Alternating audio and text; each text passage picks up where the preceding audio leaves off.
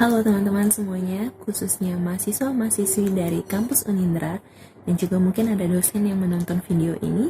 Salam kenal semuanya, saya Elvin dari jurusan Bimbingan dan Konseling ingin membagikan penjelasan mengenai spektrum profesi konseling.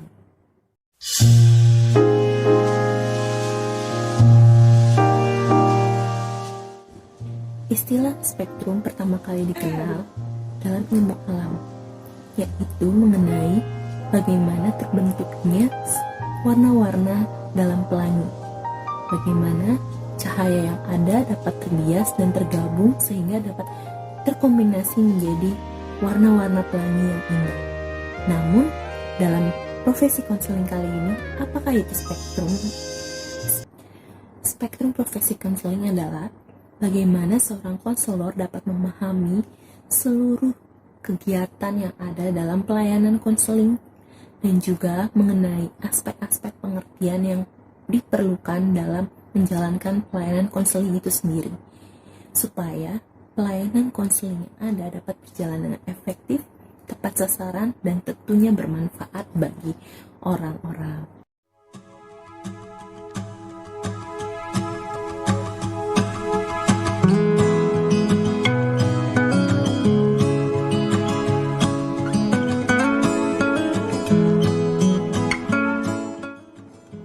Nah, supaya pelayanan konseling ini dapat benar-benar menolong klien atau konseling, maka ada 4 hal dalam spektrum profesi konseling yang penting untuk dikuasai oleh seorang konselor. Apa aja? Yaitu 1. WPKNS, wawasan, pengetahuan, keterampilan, nilai, dan sikap dari konselor itu sendiri.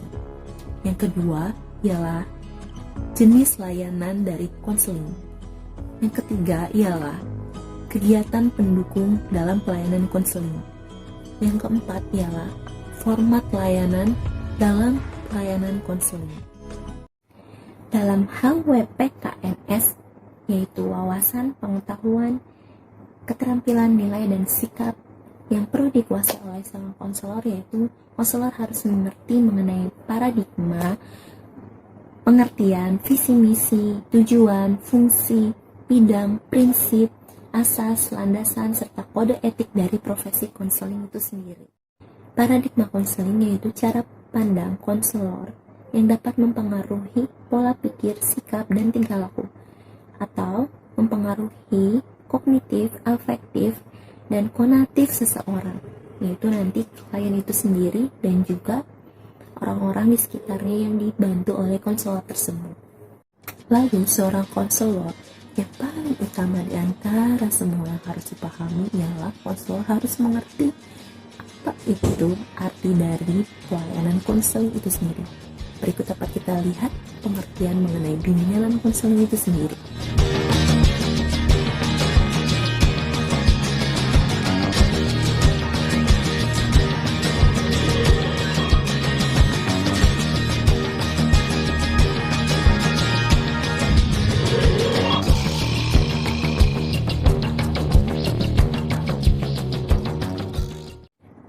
Selanjutnya, tentu dalam setiap pekerjaan diperlukan visi dan misi.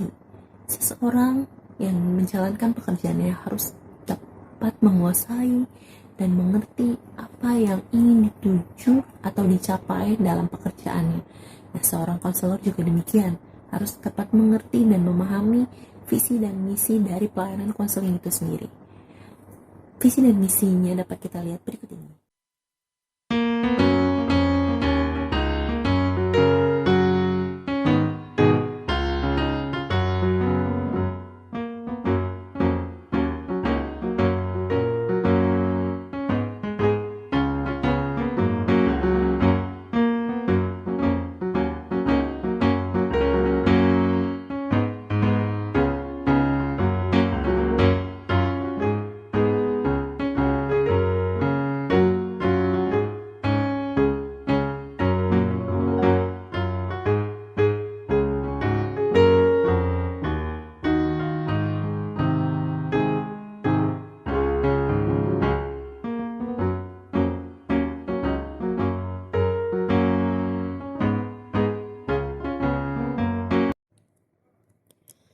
penjelasan mengenai tujuan, fungsi, bidang, prinsip, asas, landasan, serta kode etik dari profesi konseling dapat teman-teman lihat dalam video konten berikutnya.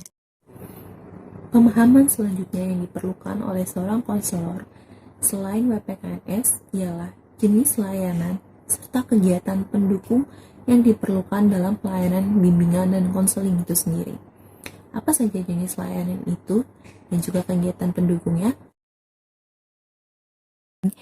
Seorang konselor harus dapat mengerti jenis layanan dan kegiatan pendukung apa yang akan digunakan dalam proses konselingnya. Seorang konselor harus menentukan dari 10 jenis layanan yang ada, jenis layanan apa yang tepat untuk diberikan kepada konseli atau peserta didik yang menjadi sasaran pelayanan konselingnya. Lalu kegiatan apa saja yang dapat mendukung proses konseling itu sehingga proses konseling dapat berjalan profesional dan efektif terhadap konseling. Namun, penjelasan lebih lengkapnya dapat kita lihat dalam video atau konten selanjutnya ya. Dan seperti profesi pada umumnya, tentu proses konseling juga harus mempunyai format yang sudah direncanakan oleh konselor. Berikut ini kita dapat melihat format layanan dalam proses konseling beserta penjelasannya.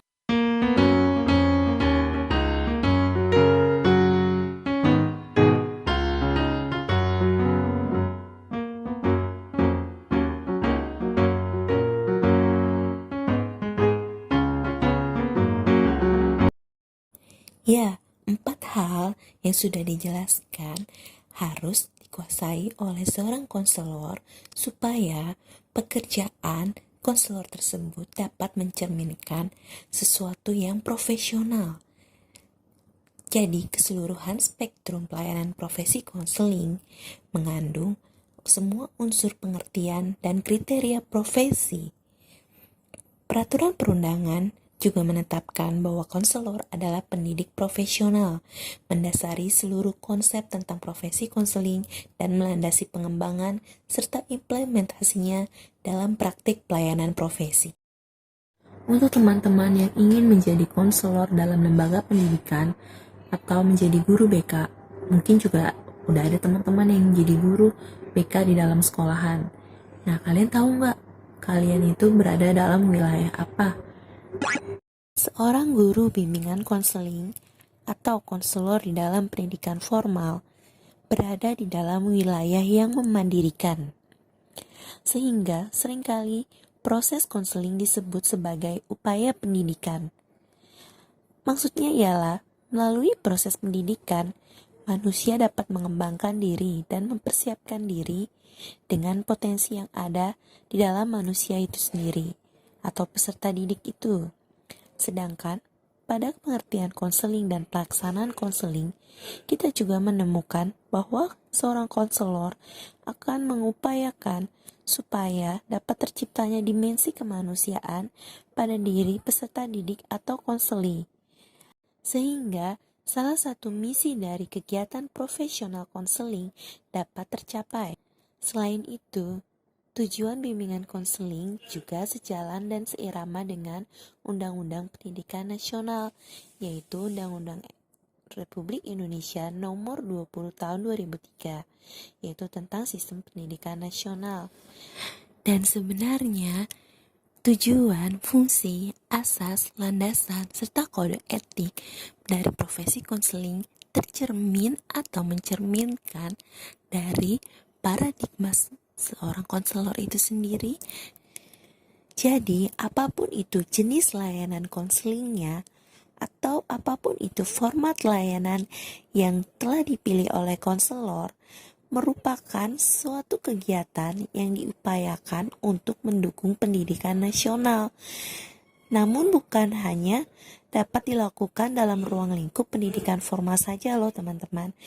Dapat juga dilakukan untuk ruang lingkup masyarakat pada umumnya atau pendidikan informal dan non-formal. Nah, ini dia hakikat menyeluruh tentang proses layanan konseling. Dapat teman-teman lihat penjelasannya.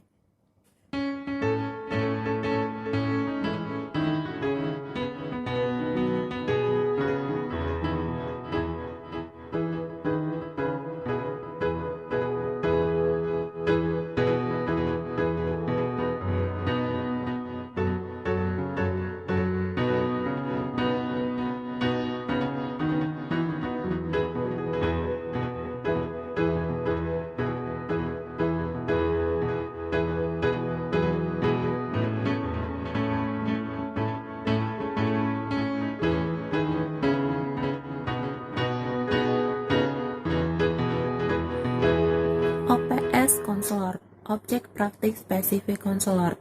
Apa itu Object Specific Counselor? Ialah tentang case dan case T. Apa itu case? Sudah tadi dibahas oleh saya. Case adalah kehidupan efektif sehari-hari, sedangkan case ialah kehidupan efektif sehari-hari terganggu. Jadi fokus dari Object Practice Specific Counselor ialah untuk menciptakan case serta menangani atau menghilangkan case dalam kehidupan pribadi seseorang ataupun kliennya.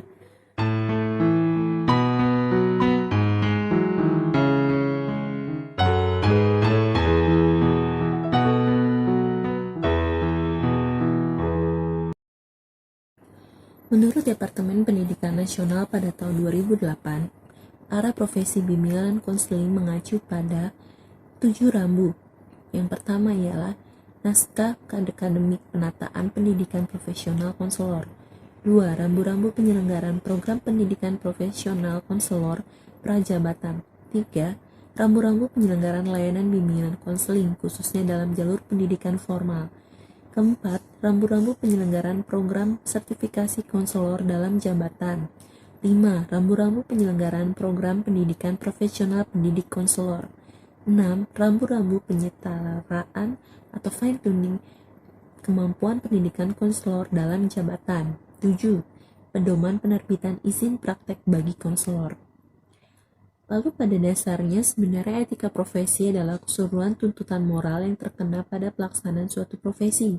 Etika profesi memperhatikan masalah ideal dan praktek-praktek yang berkembang karena adanya bertanggung jawab serta hak-hak istimewa yang melekat pada profesi tersebut, yang merupakan ekspresi dari usaha untuk menjelaskan keadaan yang belum jelas dan masih samar-samar, dan juga merupakan penerapan nilai-nilai moral yang umum dalam bidang khusus, yang lebih dikonkretkan lagi dalam kode etik.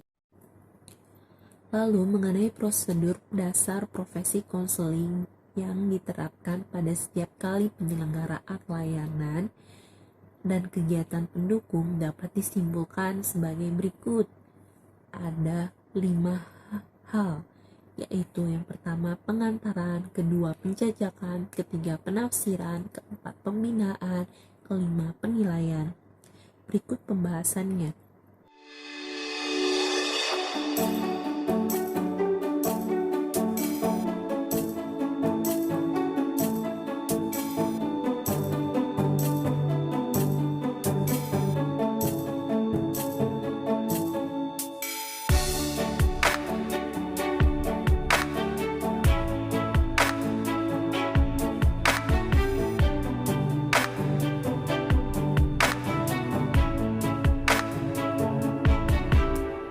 Tentunya, setelah menguasai banyak hal, seorang konselor yang profesional harus mencapai kredensialisasi. Dalam dunia profesi, tentulah kemampuan seseorang, apalagi tenaga profesional, perlu diuji dan kepadanya diberikan tanda bukti bahwa yang bersangkutan benar-benar diyakini dan dapat diberi kepercayaan untuk melakukan tugas dalam bidang profesi yang dimaksudkan. Nah, dalam profesi konselor ini juga diperlukan hal seperti itu. Dalam profesi konseling, kredensialisasi adalah penganugerahan kepercayaan kepada konselor profesional yang menyatakan bahwa yang bersangkutan memiliki kewenangan dan memperoleh lisensi untuk menyelenggarakan layanan profesional secara independen kepada masyarakat maupun di dalam lembaga tertentu. Ujian dan pemberian tanda bukti yang dimaksudkan itu dilakukan berdasarkan aturan kredensial yang dikeluarkan oleh pihak-pihak yang berwenang. Aturan kredensial itu meliputi pemberian akreditasi, sertifikasi, dan lisensi. Berikut ini kita dapat lihat penjelasannya.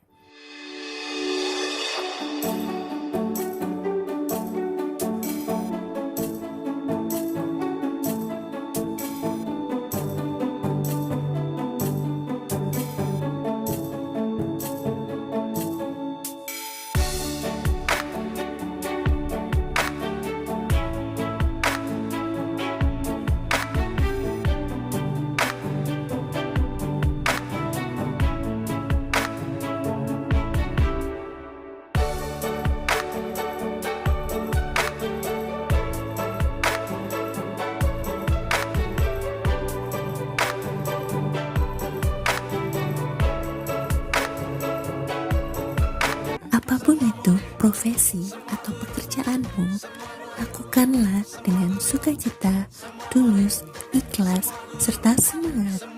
Terima kasih telah menyaksikan video ini. Untuk teman-teman yang ingin memberikan masukan atau saran, bahkan juga mungkin ada teman-teman yang ingin membagikan ilmunya, silakan menuliskan komentar di bawah ini. Sampai jumpa di video selanjutnya.